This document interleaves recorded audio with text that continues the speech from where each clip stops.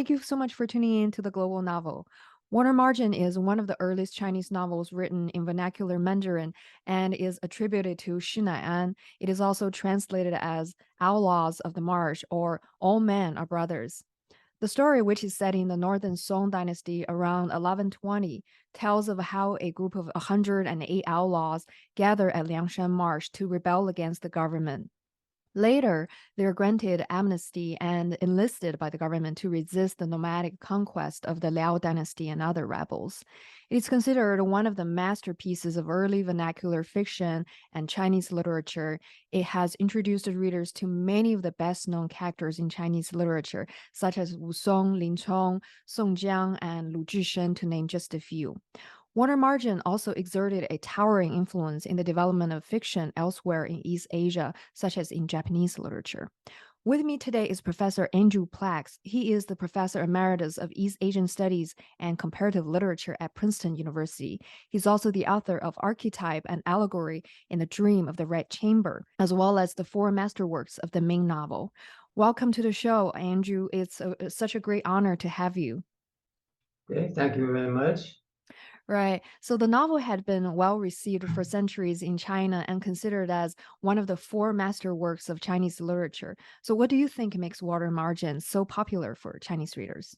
People, I have to make a very clear distinction here between the novel, what we are calling the novel.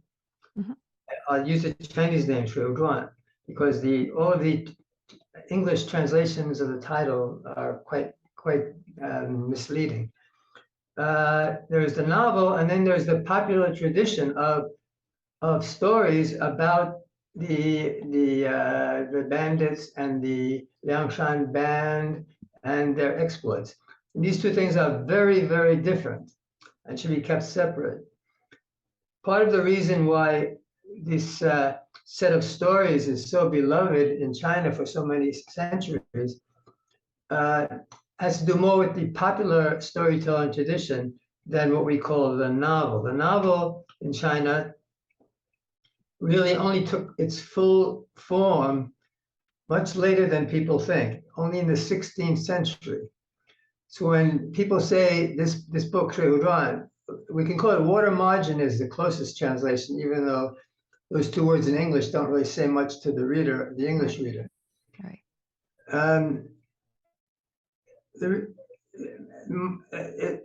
Most people assume, because it's been the point has been made over and over again through the years, that the earliest version of this novel was written in the 14th century, and then by someone named Luo Guanzhong, and then revised and therefore given the authorial credit to someone named Shi Nai'an slightly later.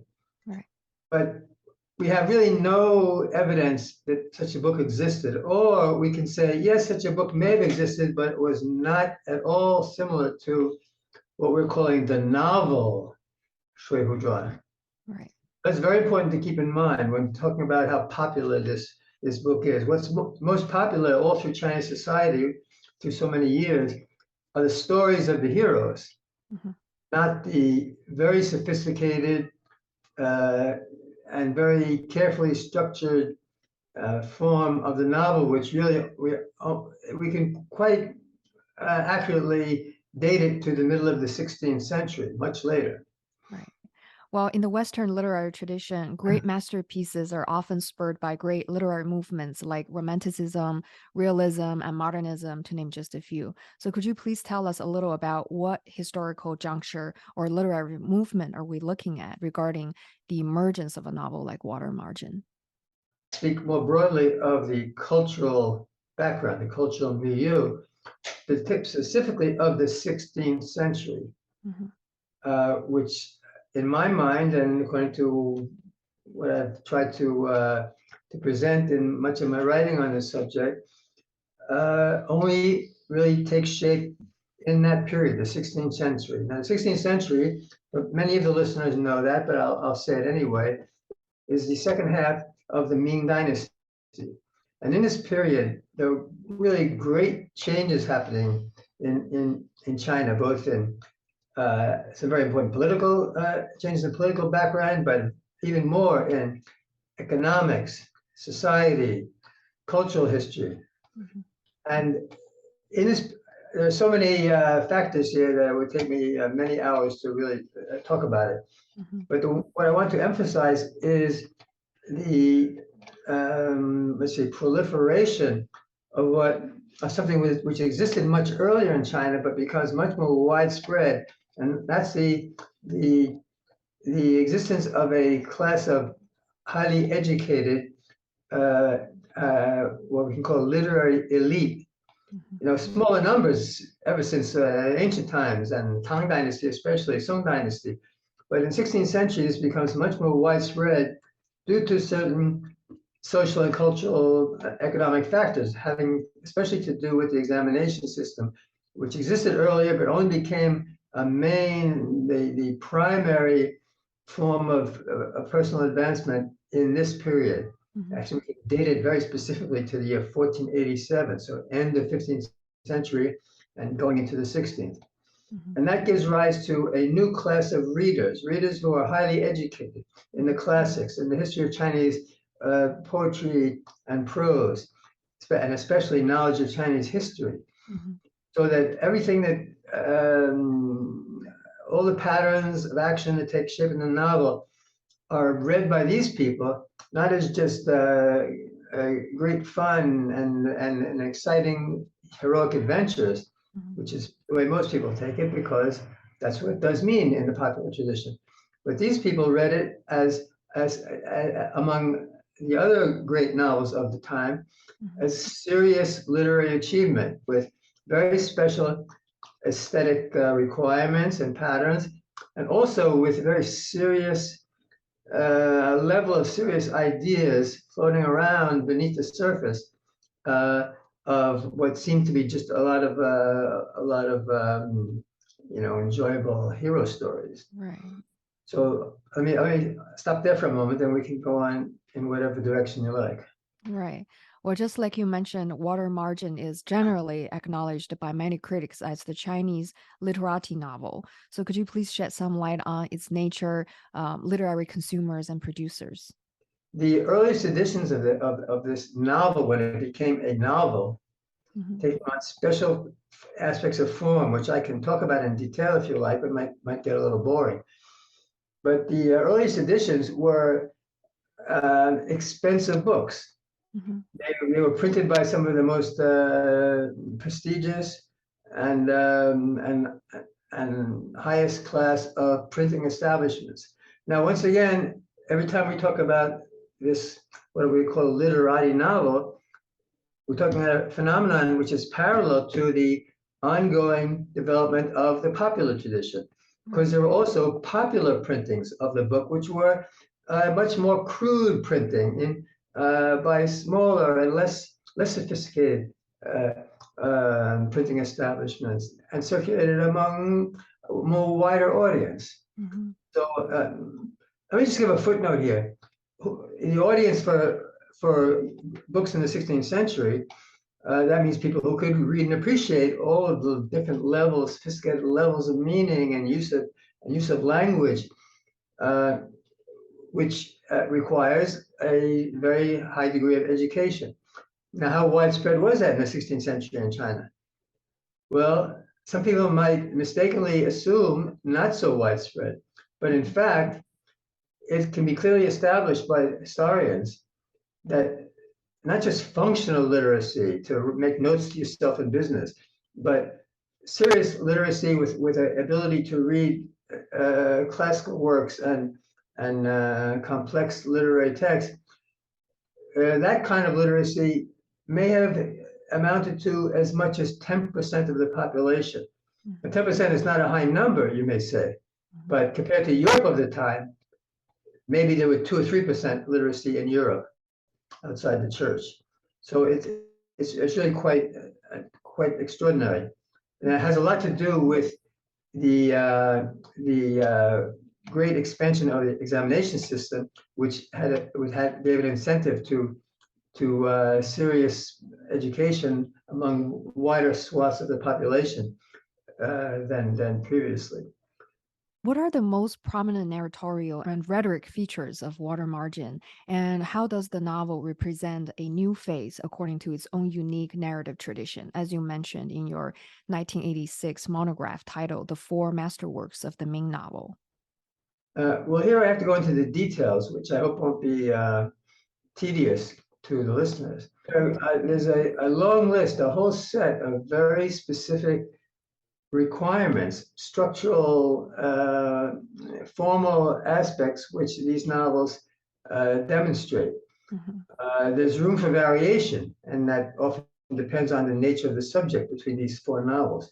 I can name them all, but let's just stick to Water Margin as our example. Right. For example, all four of these novels, with some variation, but that'll be confusing to explain that, tend to be exactly 100 chapters in length. Now, most novels that we read in the West or in any place may not even be divided into chapters, but if they are, it can be any random number, just when the author brings the conclusion what he's trying to create. But these novels have a very specific set of structural parameters, let me say, 100 chapters. And 100 is not just a meaningless number, because it's a number which so easily divides up into significant units. So these books were very often published in, we can call volumes or sub-volumes. There's a special name for that in Chinese, of either 20 of these units of 5 chapters each, or sometimes 10 and 10, but always this kind of rhythm of 10 chapter units, which starts to give a kind of structural integrity to what's going on. When you read Water Margin, if you don't read it like a professor or a scholar looking for these kind of things, you probably don't pay attention to this kind of thing. But when you do pay attention, it's so intricate and so carefully orchestrated. The first 10 chapters do a certain thing. The next 10, each 10 chapter unit does certain things, and there's symmetries between the first 10 and the last 10, and especially the first 20 and the last 20 have a very special function. You don't want me to go too deep into how that works, but things like this. And also, if you have 100 chapters, it wouldn't necessarily be true, but in fact, it is the case that there's a very clear division at the midpoint, at chapter 50. Sometimes that's 50 or 60, but in the middle of the book, there's a big change in direction, in the nature of the events and the destinies of the characters being presented, and many, many more things. That's about structure, and I can go on and on and on. You also mentioned the word rhetoric. Right. Rhetoric means many different things. It's a very loose kind of term we use, political rhetoric and all these kind of usages. Right. Here I'm talking about the way in which the author presents the text in the voice of a narrator. Now, the voice of the narrator may in fact just be the voice of the author speaking directly to the reader. Right. But in these books, there's a much more complicated form of that. But this form I'm going to describe right now can be very deceiving, because the form it takes is often an imitation of a popular storyteller. Right. Because, as I said, there's a huge difference between the sophisticated novel written beginning in the 16th century and the popular tradition. But the popular tradition was very strong all over China and through so many years. And part of the popular tradition was in popular stage in like local opera and things like that. But it was also a very strong tradition of oral presentation, oral performance by professional storytellers.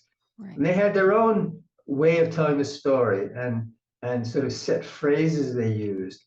And for example, just to give a very easy example, but there's much more interesting things that I don't have time to go into. at the end of every chapter, they say, usually ends, every chapter ends a kind of note of suspense or entry of a new character on stage.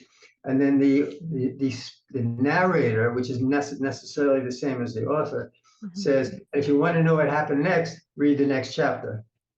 Right. That's one example. Right. Another even more interesting thing, it happens in Water Margin, even more in some of the other great novels. Often the narrator, the voice of the narrator sort of steps out of the story and addresses the reader directly and says, dear reader, you probably don't understand why this character did this. Let me explain. Right. And if you're not really studying the historical development of this, it really seems like, oh, that's just putting into writing the words of the oral storytellers. But it's not.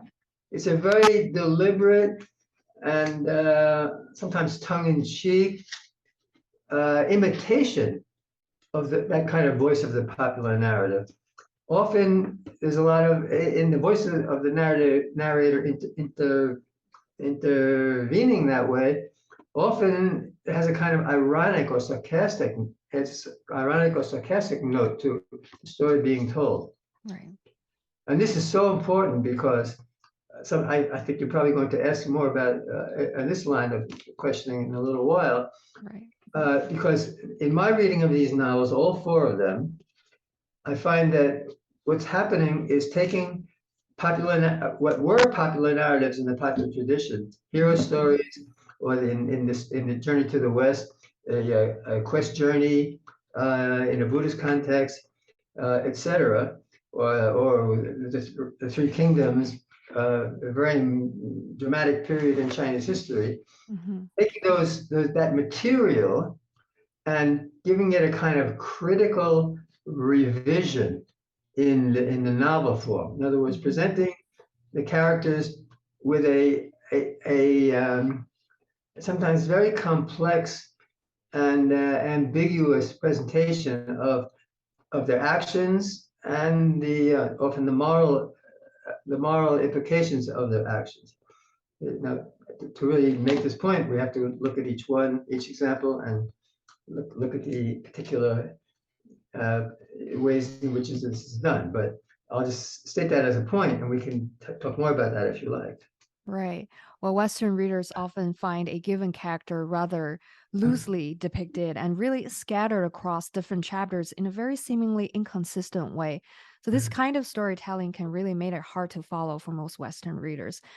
So, I was thinking perhaps it is useful for us to mention the Chinese narrative genre called zhanghui, meaning chapter based or with story telling session units. There aren't really storytelling units. It's an artificially adopted way of organizing the text. Right.